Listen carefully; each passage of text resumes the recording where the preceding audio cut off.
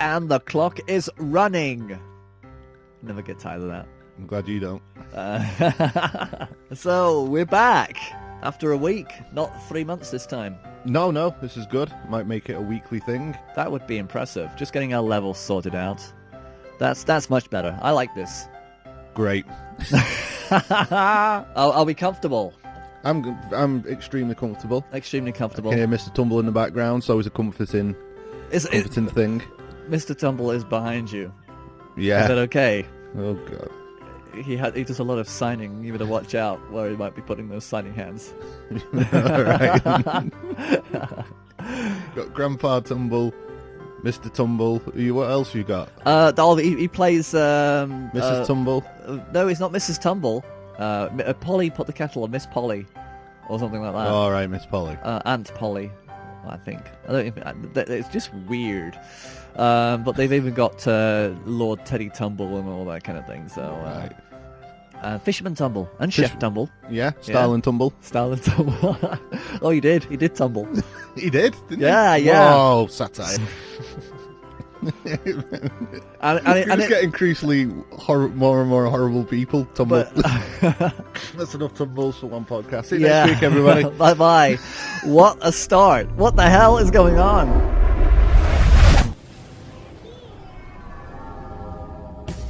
You talking to me? Did you have a brain tumor for breakfast? Well, who the hell else are you talking? You talking to me? No, funny how? I mean, funny like a clown. I'm Peter Venkman. We all go a little mad sometimes. Man that doesn't spend time with his family will never be a real man. Yeah. Kind of a big deal. First rule of my club is do not talk about it like Yeah, baby.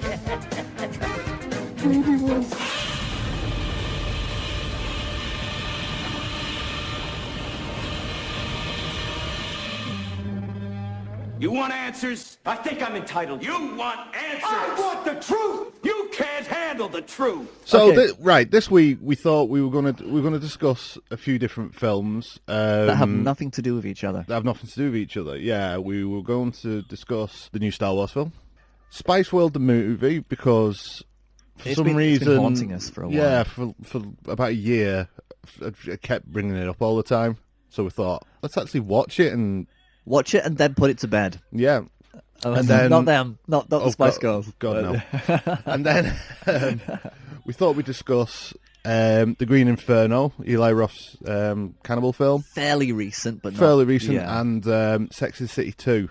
But, as it turns out, one of the films is just so horrific. I mean, it's disgusting, full of bad acting and horrible people. Just really nasty, gory. The nastiest kind of thing you could ever put on screen on celluloid, to be honest. I mean, I didn't think I'd ever see that. But I did see that. The amount of the disgust. The makeup artist must have really gone had a good time on it, but Well, that's the thing, because it kind of costume. looks realistic, but they're not real. Doesn't look real. So we're going to talk about the Green Inferno, Spiceworld the movie, and the new Star Wars film, Which means we are dropping. Sex and the City 2. Yeah. But insert Kermode's rant here. So essentially, as I said, if you went to see the first one, this is kind of your fault. It goes from a group of totally consumerist, obsessed caricatures who end up as a group of totally consumer-obsessed caricatures. The whole thing about Sex and the City is it appears that it's what's the phrase? It's jumped the shark. It's gone from being about a group of women, which I'm reliably informed that the television series was, to basically being about a group of men in drag. That is what it is.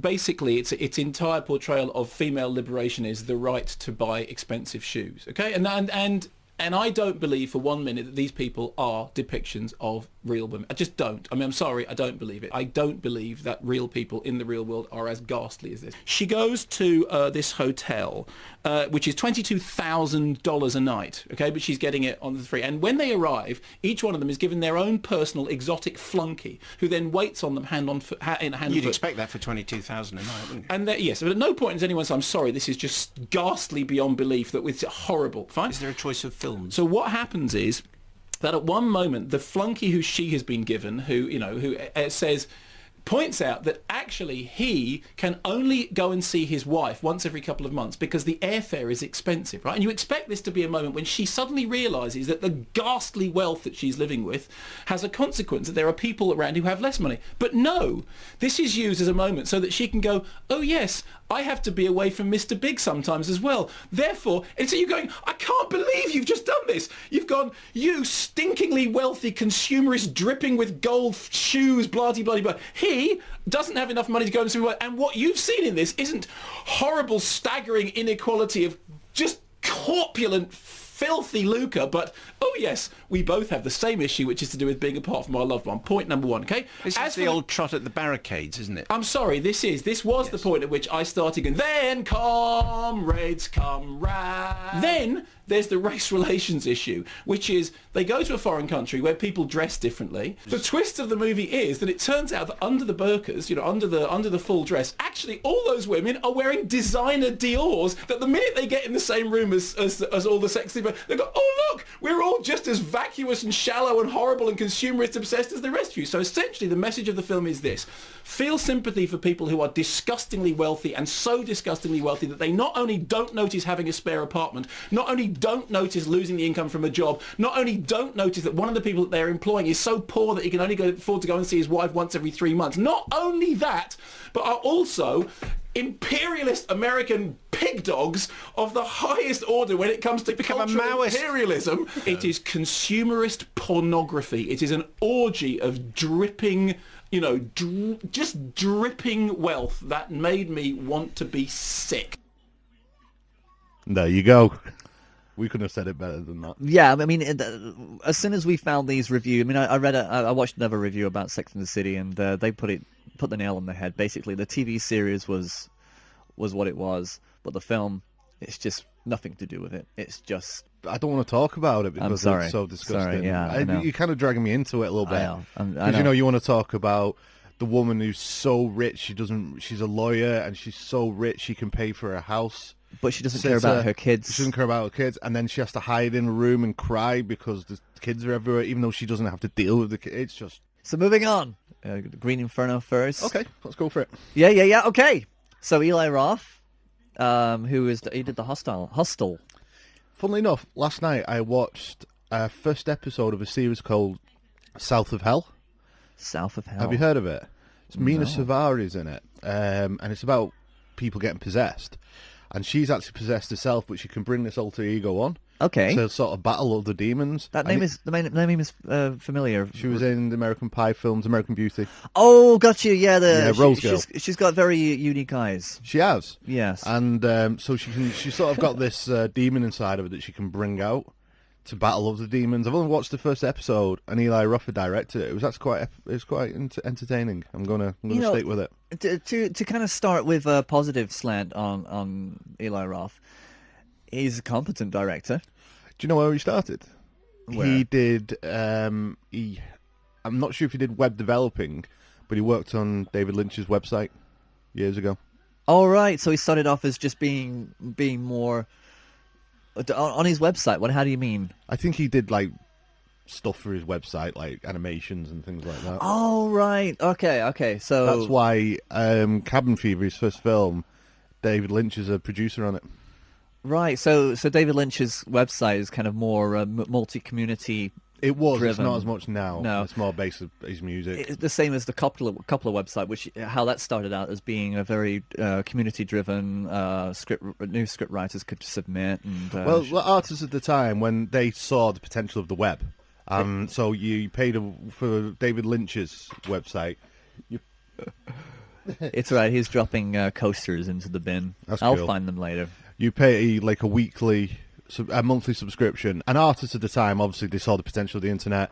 You paid the subscription That's fee, it. and then you could log in and you saw all these different videos. That is and stuff, which was good. exactly. Yeah. But now everyone does it, so they don't do it anymore. The Green Inferno. The Green Inferno is It's an interesting yeah. idea. But he's a big fan of the Holocaust. Hang on, let me get the title right. Holocaust. He's a big fan of the Holocaust. Cannibal Holocaust. Yeah, He's you a can big s- yeah. fan of the That cannibal, sort of genre Yeah. of movie making. which kind of it hit it rich in the 70s. I think pretty much those kind of movies, the B movies, the videos where you used to have the skulls banned in the UK, those type of ones, and he's a big fan of those, and he wanted to, in a way, homage that, but push it further than he could possibly ever push it by making it as horrifically horrific and as brutally horrific. Well, just basically plain disgusting. Yeah, I've seen worse. I've seen worse. I mean, you've seen the Serbian film. I have not. Yeah, and I that's think different. You know, but that's it's different. kind of- There's different because this is more. And I'll say I haven't seen it. I glanced through it. Yeah, I watched half an hour of it and fast forwarded the rest and thought this is horrible. But anyway, sorry. But the same with this film. I mean, you don't watch it for the characters. You don't watch it for any of that. You basically you're drawn in whenever you. The only thing you remember is legs being ripped off and things being pulled out and things being eaten that shouldn't be eaten. But what the problem with the film, I think that because everybody's just destined to die in a horrific way, a la Final Destination, it's not grounded in the reality that we kind of felt would be if you actually had this. I feel Eli Roth suffers from the Quentin Tarantino thing where he needs someone next to him to say, no, don't do that. Calm down. Yeah, let's not do that. Let's do this. I just think I should be doing something about the rainforest.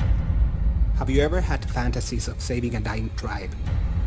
Of protecting them from encroaching civilization? Fire! We have to get out of here.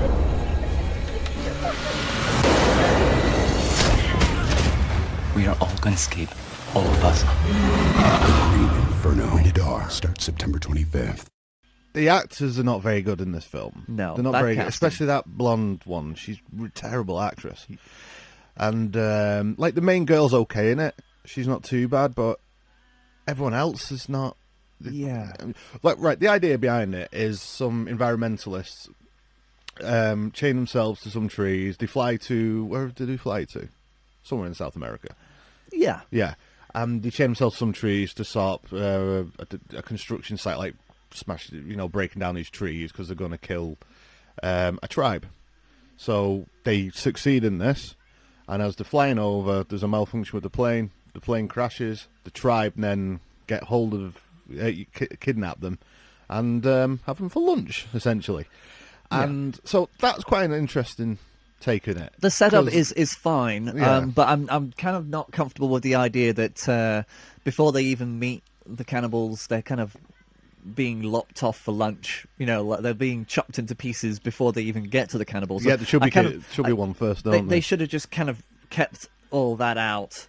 And just, I mean, yeah, sure, some of them would die, and there'll be a lot of blood from those who actually died in the hollow. But they didn't need to have the propeller guy walking into the thing. No. They needed to just calm down a little bit, make it grounded in reality, like in Lost or something like that, so that the characters can come through. Yeah. Let us find out about the characters. Let us kind of care about the characters before we actually start having this because if that had been butcher fest. If you look into the reality of it, what would happen? Maybe someone walks towards the propeller, but someone grabs them and says, "What are you doing? Is the propeller still going there? Yeah, Be careful." Give it a context where we can actually feel as though that you don't have to go all the way. You can pull things back, but give the audience that feeling as if it's going to happen. But you don't have to always follow through. No, exactly, and that's what I mean.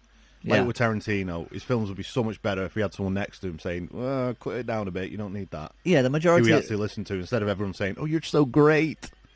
Yeah, totally do that. Let's just have that happen. Yeah. You haven't got a for it. sink. Stick the sink in. Yeah. Yeah. So, but that's the thing, and we kind of, before we even get to the cannibals, we kind of feel like we've seen pretty much all that we could possibly see in terms of limb disembodiment and. Yeah, that's what I mean. Even with the scenes, there's nothing different. Nothing gripping us. No, I mean, there's nothing gory that I haven't seen in Brain Dead. Yeah. So and done better. But the only thing that they kind of tried to push in there was the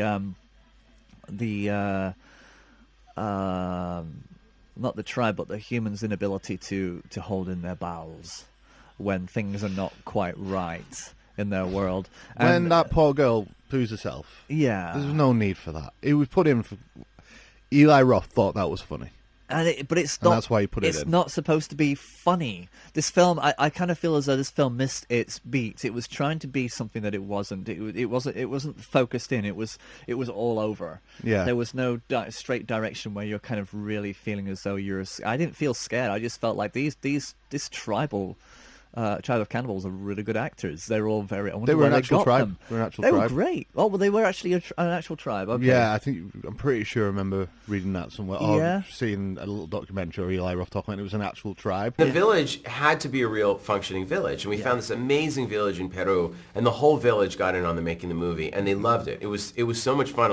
We had to conceptually explain to this village what a movie was. They're so cut off with no electricity. Many of them had never seen a television before, let alone a movie. A lot of them have never left the village. They're too isolated, and the village does not have a boat.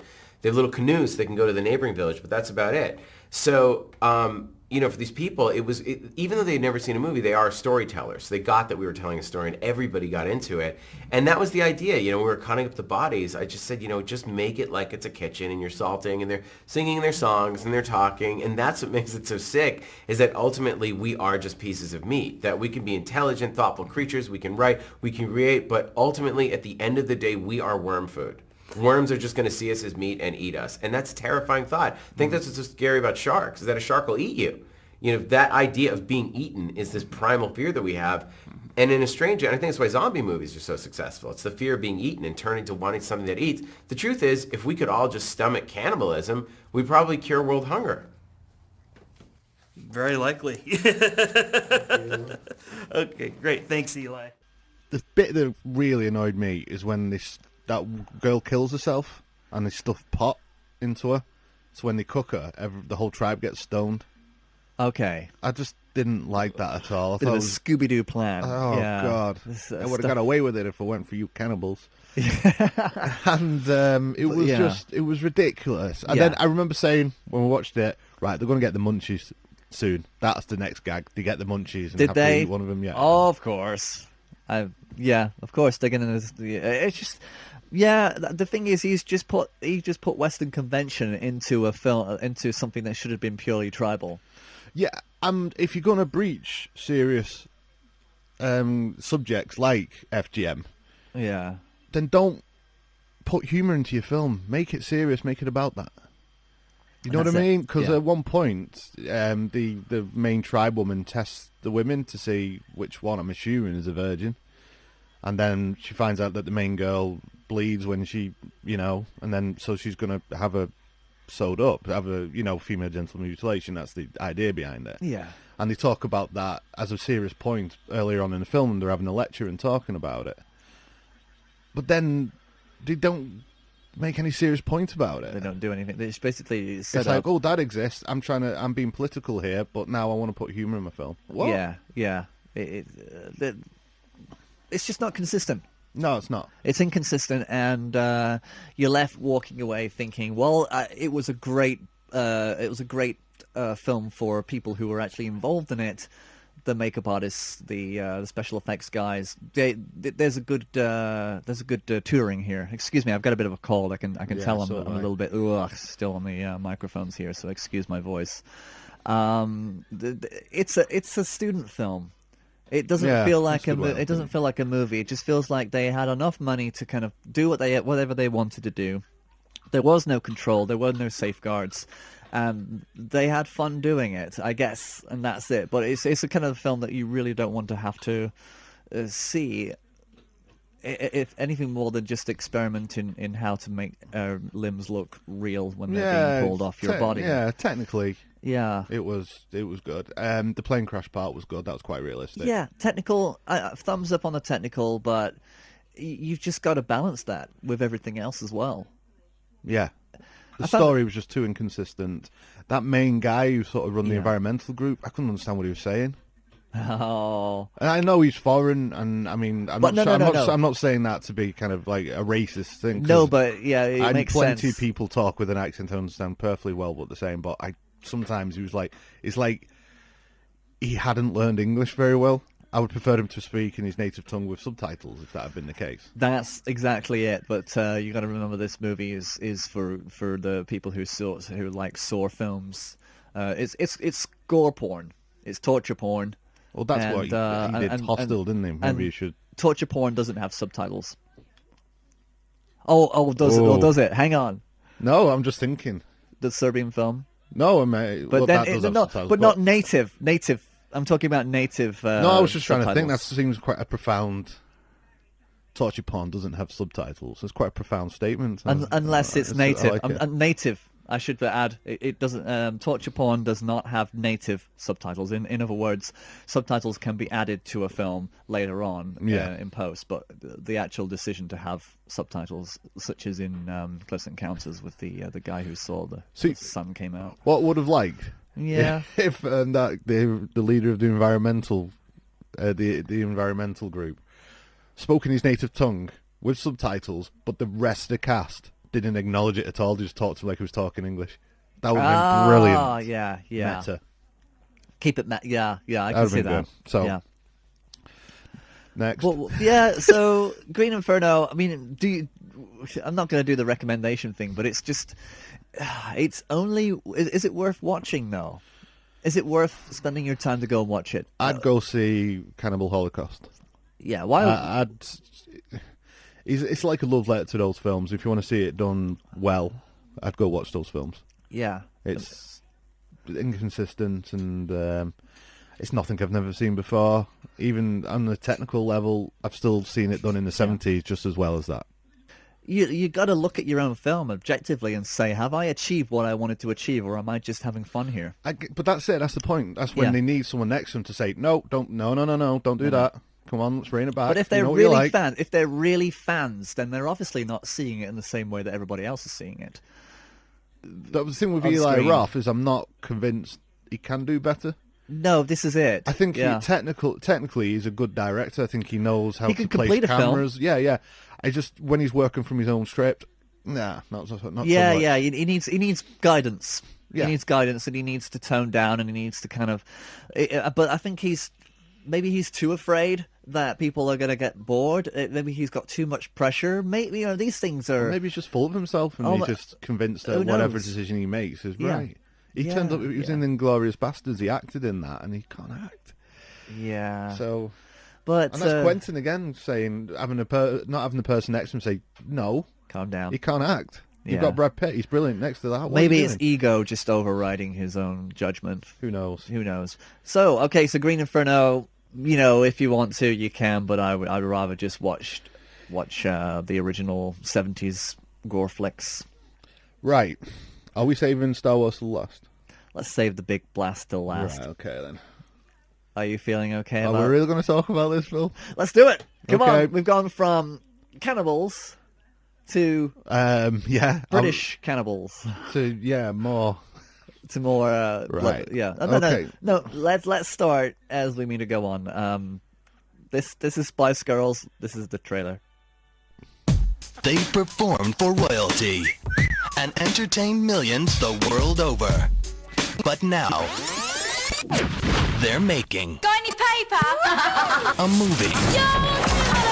Columbia Pictures presents the Spice Girls in their first film, Spiceworld. If you wanna be my lover. Is my dress too short? No. I wanna really wanna This film is not yet rated. That happened. Spiceworld the movie. Yes. It was out in what year is it? 1995? I thought you said 97. 97, yes it was. Yeah. Of course it was. That year of culture. It was the year, yeah. I was in drama school, not having sex. Yeah, I was in music college, having lots of sex. Is that the difference? Drama school, no sex, music college, sex? I don't know, to be honest. Yeah. Maybe I missed the point of school. Okay, so here we go. Spiceworld, the movie. Now, the reason why we're reviewing this is, of course, because we've had references before. We've been kidnapped by the Spice Girls. Yeah, they kidnapped us once. Yeah, and it was just horrific. And, we had to. I'm not going into what we had to do to escape. Yeah, but it was just disgusting. listen to episode 13, and we'll start with 12, 13, and then finish we were with 14. talking with Eli Roth, where he doesn't have the guy next to him and says, "No, don't do that. We need one." We needed that.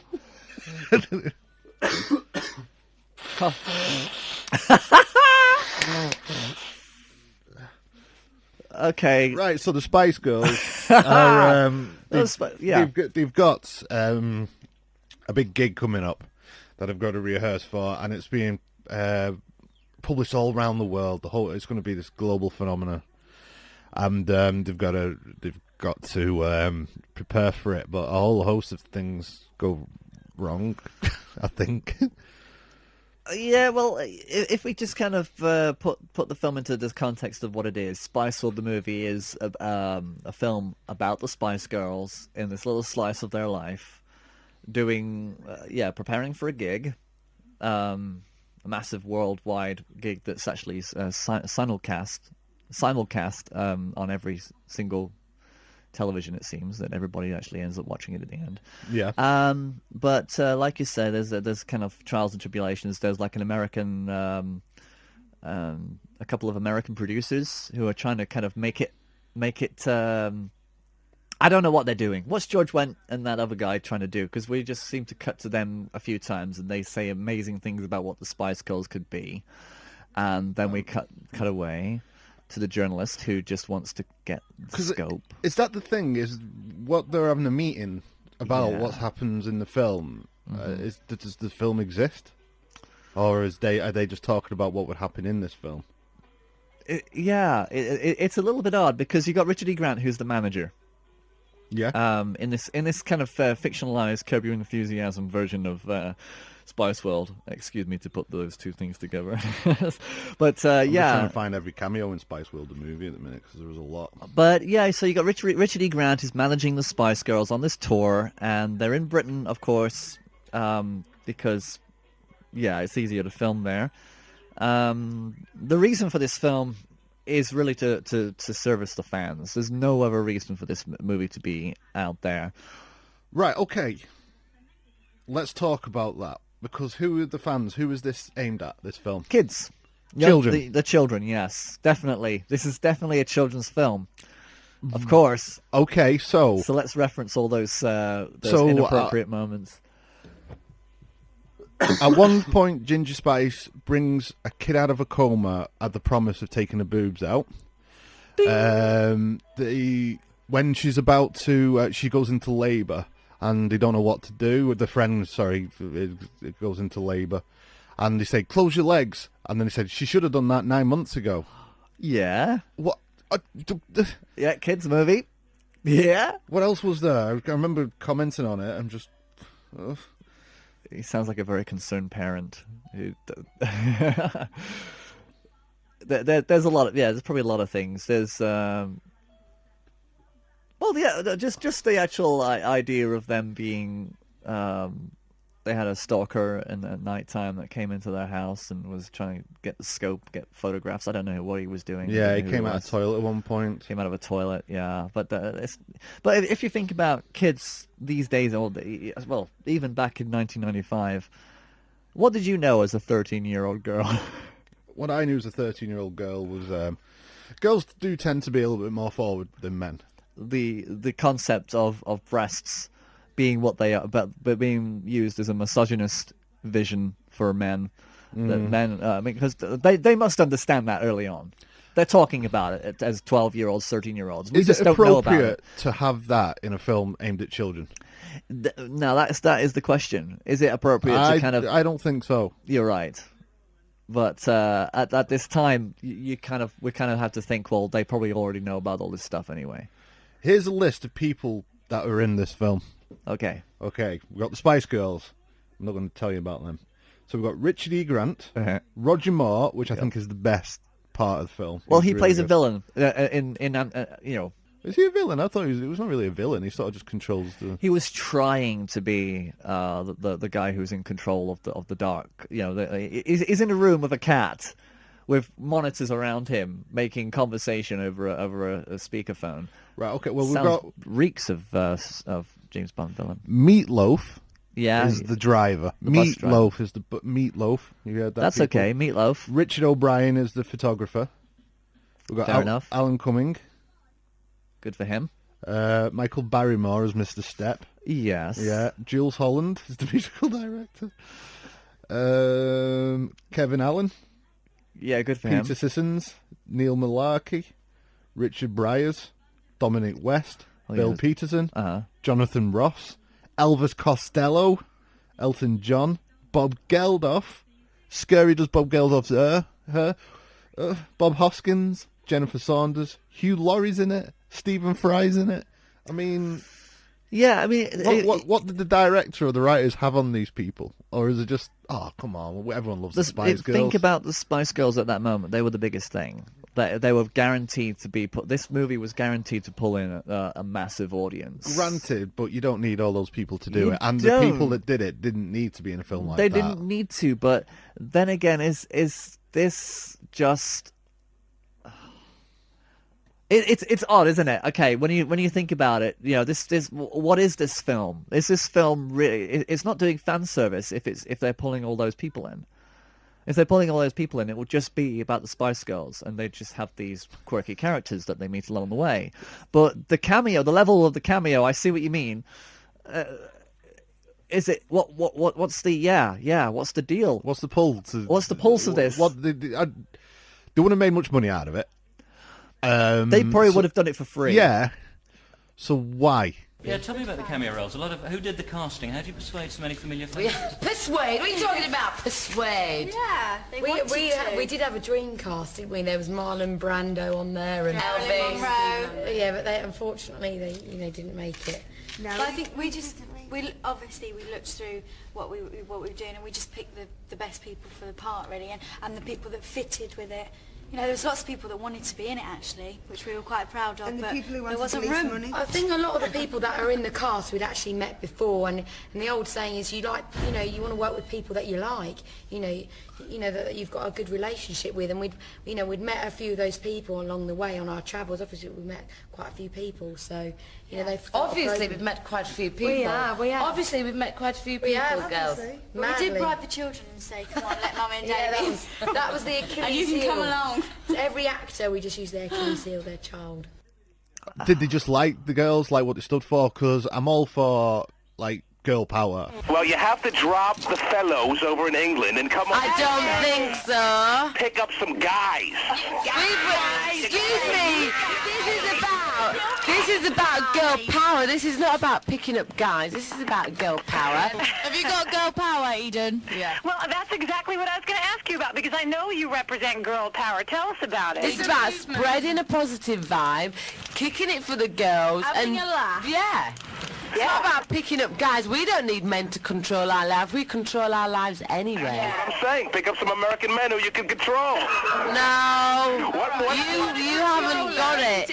What? You need controlling then, speaking on behalf of American men.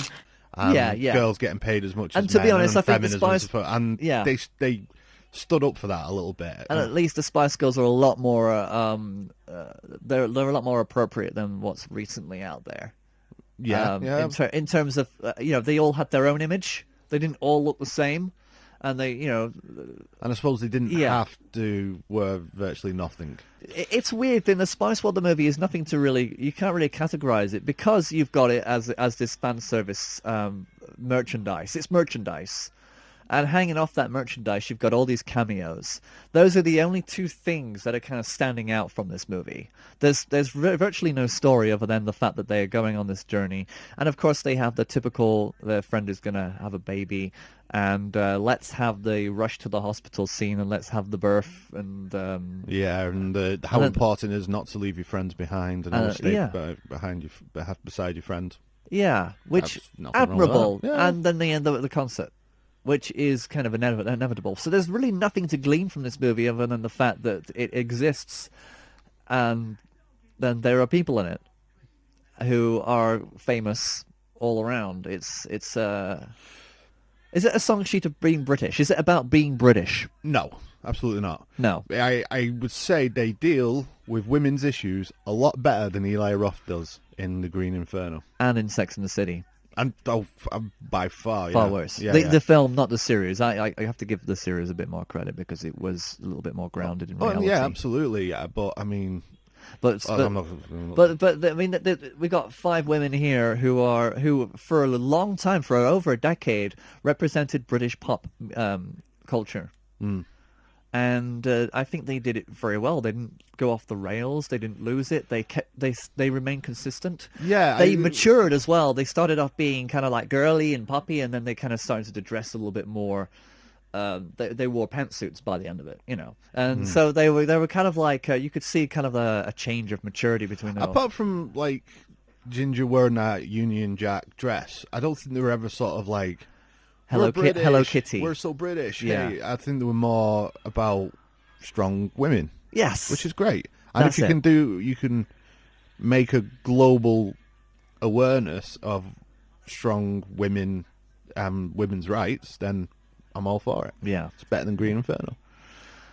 Very much so. And in that respect. It's not filmed as well as it, but, you know, yeah, I mean, a better story. But I wasn't, you know, when you kind of watch a film like this and you think, oh, no, I don't want to have to watch this. It actually isn't as bad as everybody thinks it makes it out to be. And I think that Spice Girls fans will be a little bit... No, you're never bored. It is actually something. Very entertaining. And even though you're going, well, there's aliens now, okay. It's fine. It's like, because at the same time they had the S Club 7 did videos as well. They had a TV series, S Club 7. Yeah, which I thought was really good. I liked those characters, though they were but they just kept it Can we make a watermark of just this time where you just said the S Club 7 series is really good? 37 minutes. Okay. S Club 7 series was actually really good for kids. But you know, I had a crush on Joe. I couldn't help it. I never saw him. Oh!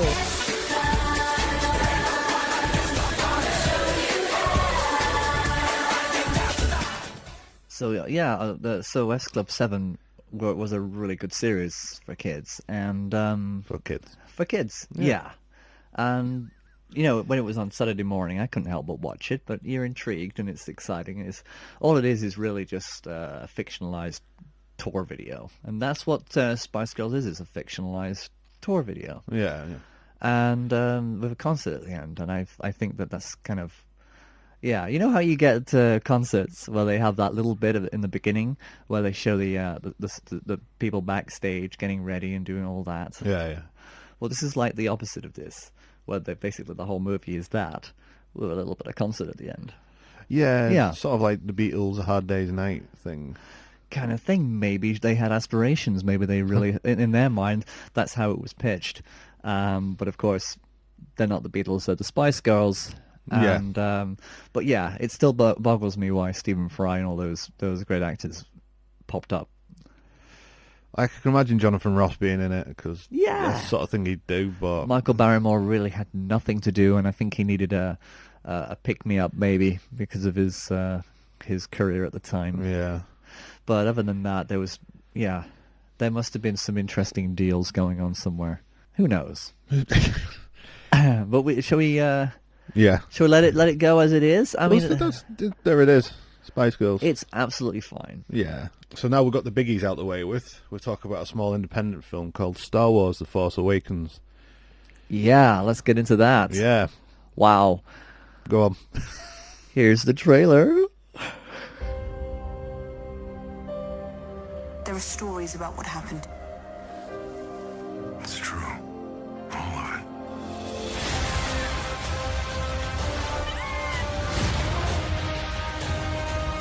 I will finish what you started. Get ready! For what?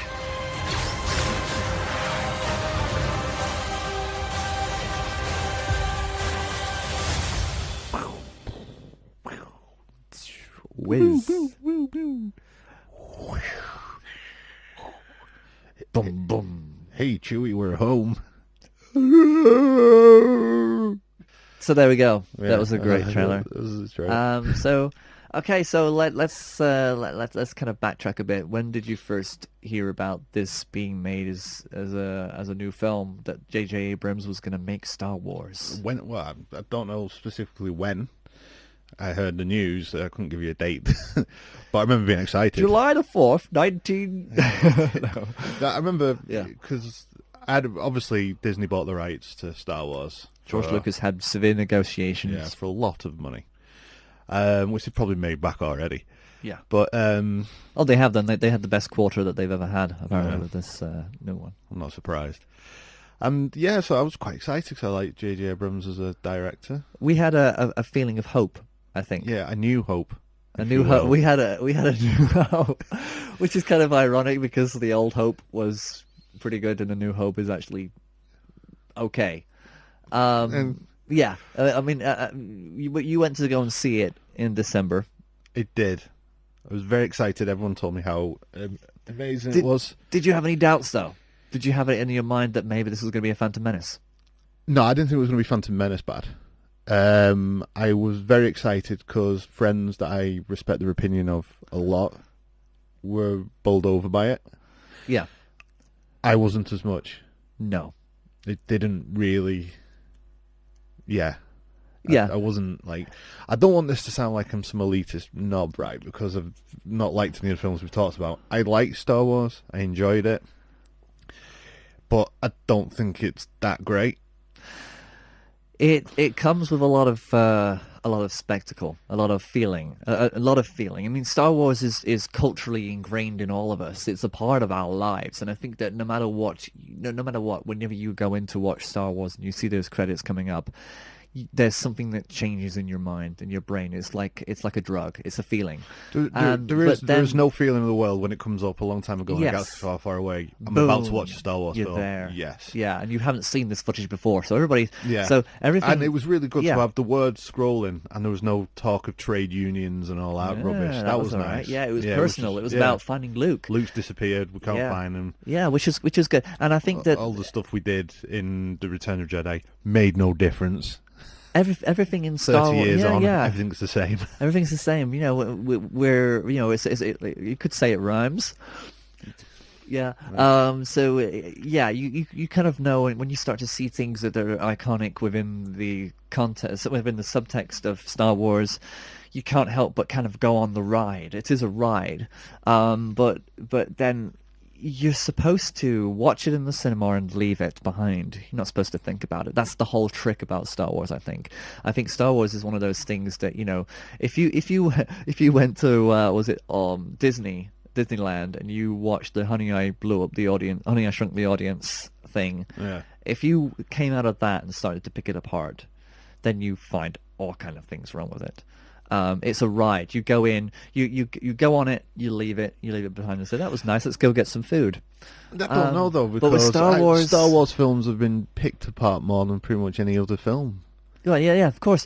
But that's because the first trilogy set up something. I mean, okay, yeah, but people's talk bad about Return of the Jedi because of the Ewoks, but you know, as it is, the trilogy itself was an original trilogy. We grew up with it and we love it. We could watch it at any time, and it is ingrained in our blood. It's there.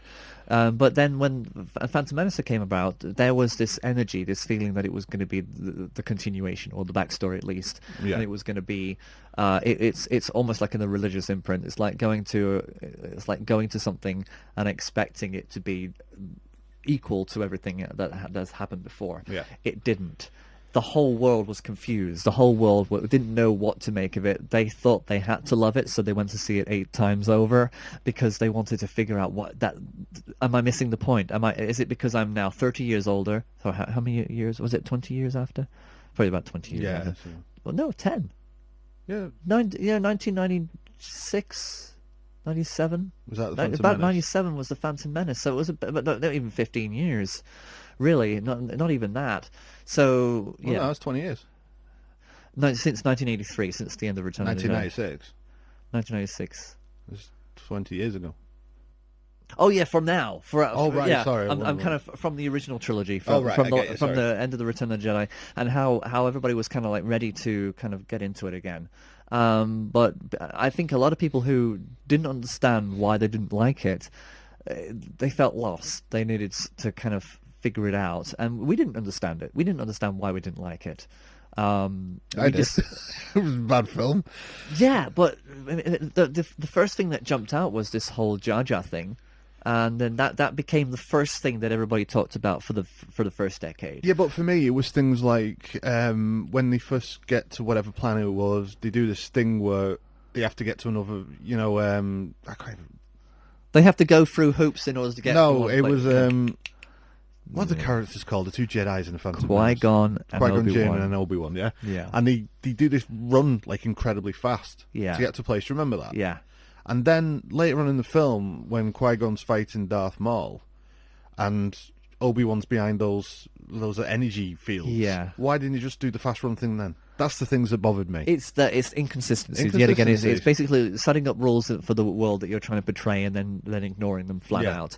That is the problem. I mean, George Lucas simply had a messed up mind with it, and but we were watching this and we were kind of thinking, well, it can't get worse. So the Attack of the Clones came out, and which was not as bad as Phantom Menace, but it still didn't make us feel as though we were home. We were still having all these conversations about people were basically just sitting there talking about it and not doing anything about it. It was basically like the Republican and Democrats debates that's going on now. It's basically looking like Star Wars.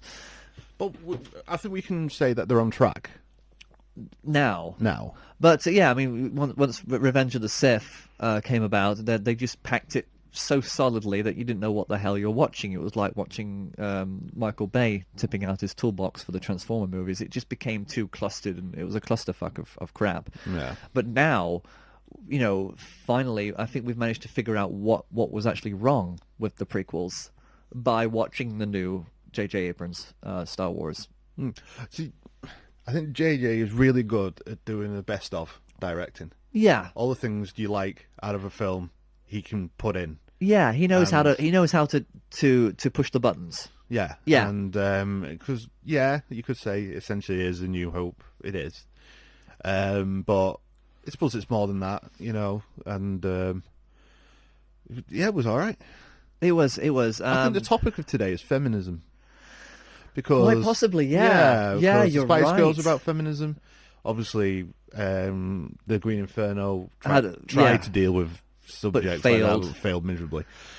The new Star but Wars. This one, the main person in it is a female. Yeah, and the one who's probably going to be the next Jedi is a female Jedi, which I think is great. I really it's like great. That. And I think she was the best part of the film. She was. And she still is. I mean, every time you see her in any clip, you kind of think, "Wow, look at her! She was good. Doesn't she look the part?" I mean, you can feel that she every single scene she's where she needs to be. She doesn't have any green screen Daisiness. No, that's funny. Her name is Daisy, but she doesn't have the Natalie Portman. I have no idea what I'm doing. Yeah. Look about her. She knows what she's doing. So you think like. When I watch a film, I want to be subverted. I want to go, oh, I didn't expect that. Yes. And at the very beginning of this, I thought it was going to be like that. Yeah. Because you know when I'm really bad with names. What's the bad guy called? Kylo Ren. Kylo Ren. When he stopped. I'm good at this. Yeah, you are. When he stops that laser beam, and then you've got the pilot, who's a really good pilot, and he's on his knees. Yes. And they both look at each other, and he goes, "Do you talk first or me?" Yeah. I went, "Great. Yes. This is a film for me," because. At that point, you're expecting something menacing, and then out of left corner, he's like, "Are you going to talk to me?" And I thought that was funny. That was good. I like that. Now, I want more of this. His name was I can't remember his name, but he was the pilot. Basically, we'll just call him. Is the that Oscar pilot. Isaac? Yeah, he's great. Yeah, he's such a great actor. And I think he Have was. you seen Ex Machina?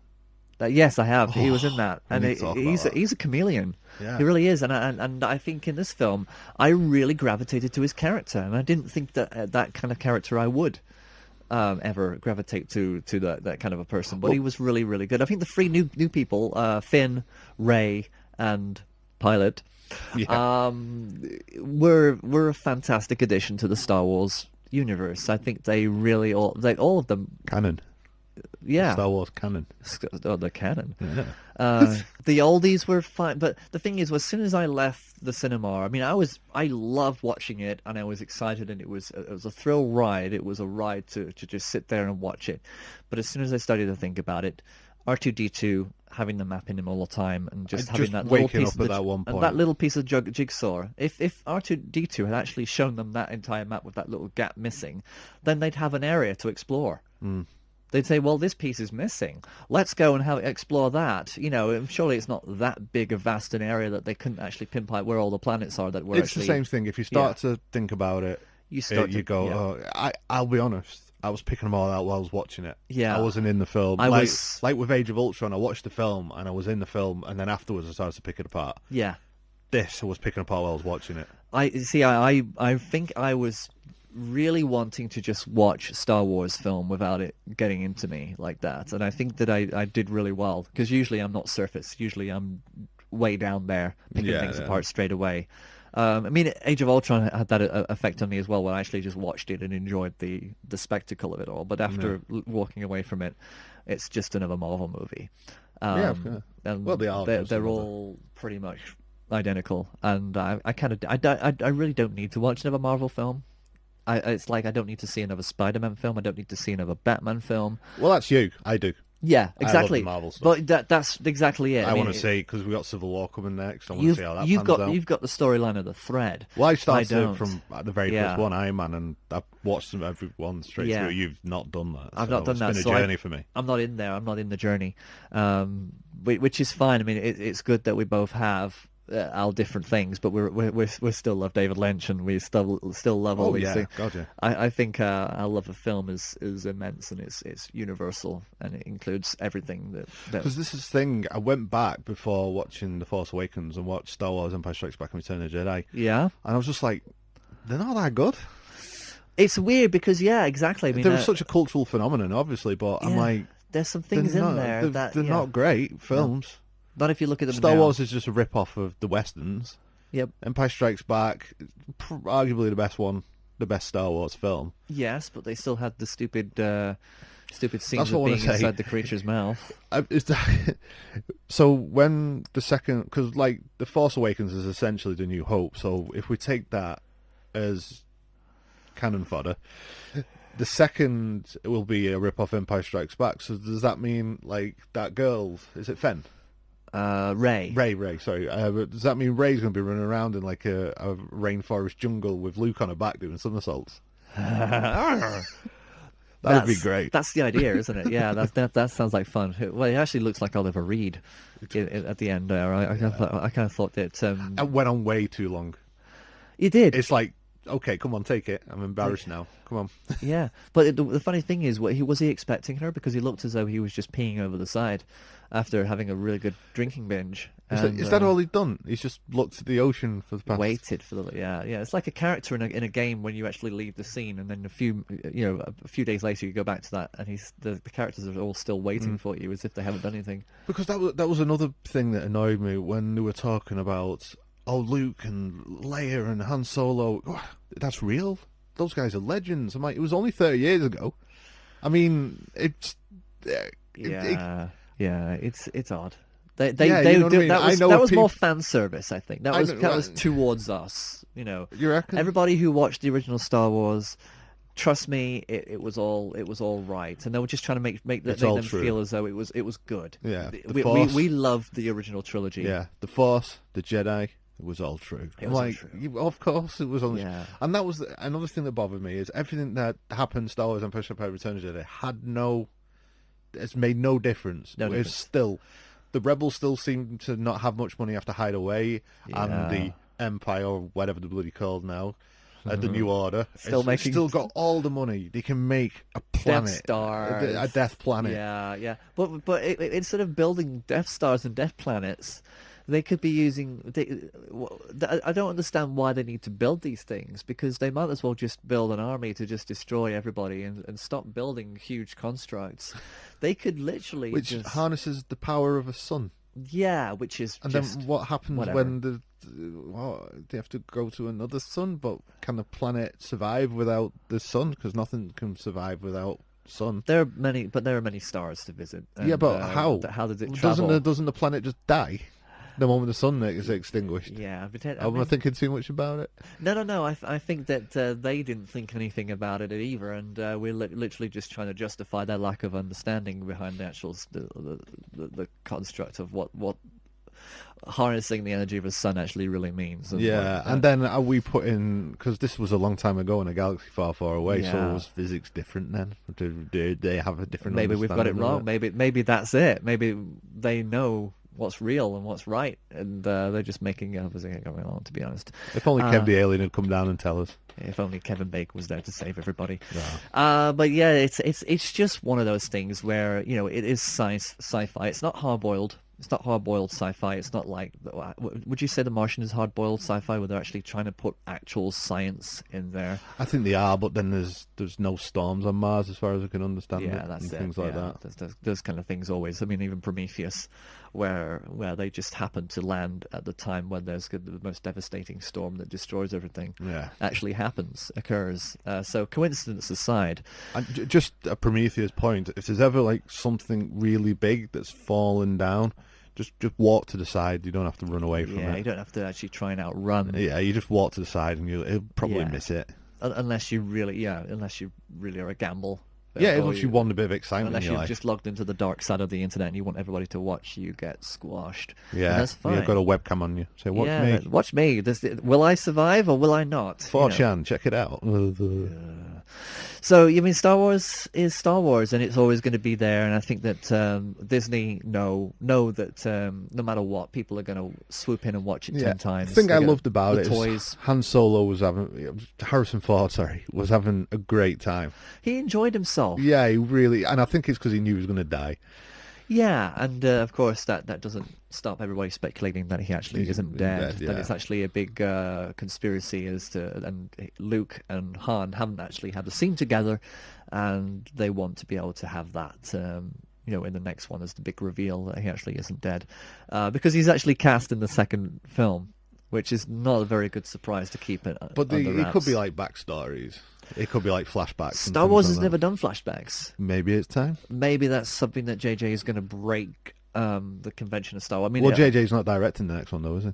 Oh, right, yeah, you're right. And I think that's a good decision. Well, it's the Star Wars. He's put him on the right plan now. Yeah, someone else. That's what George Lucas did. I mean, Irvin Kershner and Marquand, Richard Marquand, both deceased. Rest their souls. They both did a better the original Star Wars was still great, but it's Star Wars, and there's like a million reviews out there about Star Wars, which is probably why we haven't really wanted to do this. It's why we talked about the Green Inferno and Spiceworld before Star Wars. Yeah, but I think it's been fun to kind of just pull all these different threads together and to just... But there is no connection between any of these movies other than the feminism. Interesting that you brought that up, because there's been this whole controversy about, or controversy, as they say in the rest of the world, about Rey's action figure not being sold in the first wave of action figures, because they're selling them in waves, by the way, so that people... Is that the wash on shore? No, it's payday waves. So basically, they only put so many out there, so that people who have payday, they kind of estimate how much extra money they're going to have after they pay the bills, that they're going to spend on action figures, and they have, and they do. And it's odd, because then the next wave of figures come out, and they use the rest of their income for that. So they're basically planning everybody's payday wages. So on that she's the biggest part of the film, they waited until the second wave for their new action figure. Really? But they had to complain about the fact that she wasn't in the first wave, and that it was an act of sexism, that her character wasn't available to buy. That little girls were crying because they couldn't play with their Rey action figure. Really? That kind of bullshit. But it's all bullshit. It's just all bullshit. The only merchandise I have for Star Wars are these coasters, which I got for about $2 in Sainsbury's. That's £2 in British talk. And they're just basically the characters like a holographic coaster. And my son loves them, and he just picks them up and drops them on the floor. But that's the only thing I'm ever going to have. I mean, I actually did have someone actually bought me a Kylo Ren mug, but they weren't dishwasher safe, and the whole thing just peeled off. I have a Darth Maul T-shirt that's sleeping. Ah, do you? Yeah. Oh, that's red. Well, that's all right then. Well, yeah. I mean, that was the best part of the movie.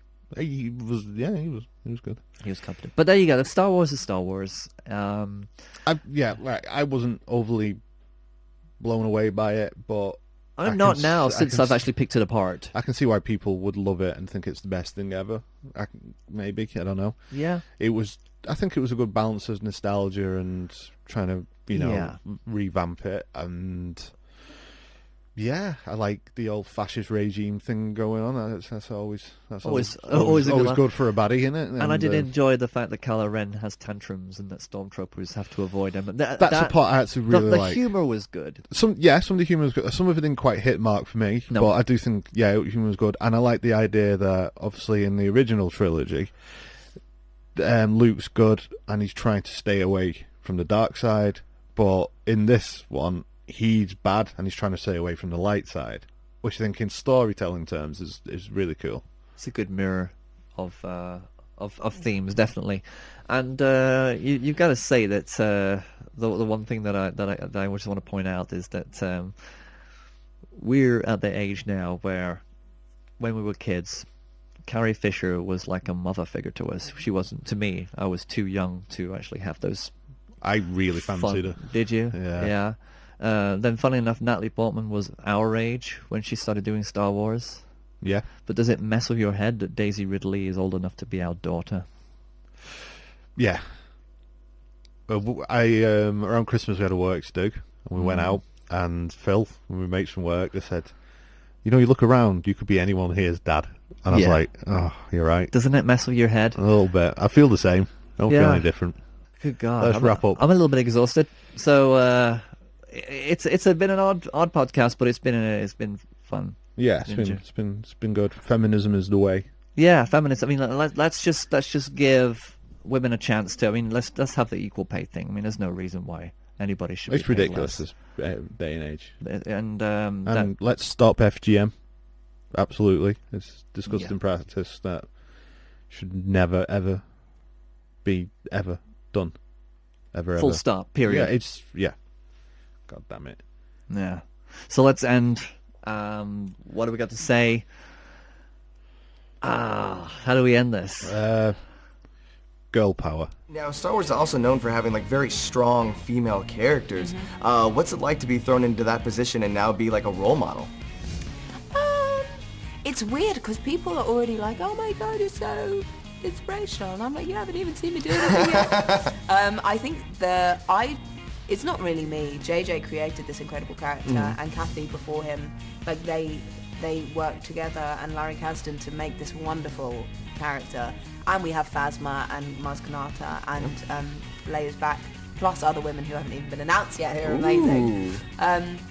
So I'm just like a facial thing of this whole creation and so many people's work into what would make a wonderful character in the story. And for that to be a woman, and for hopefully that to appeal to female and male audiences all over the world is amazing. He's going with girl power. I like it.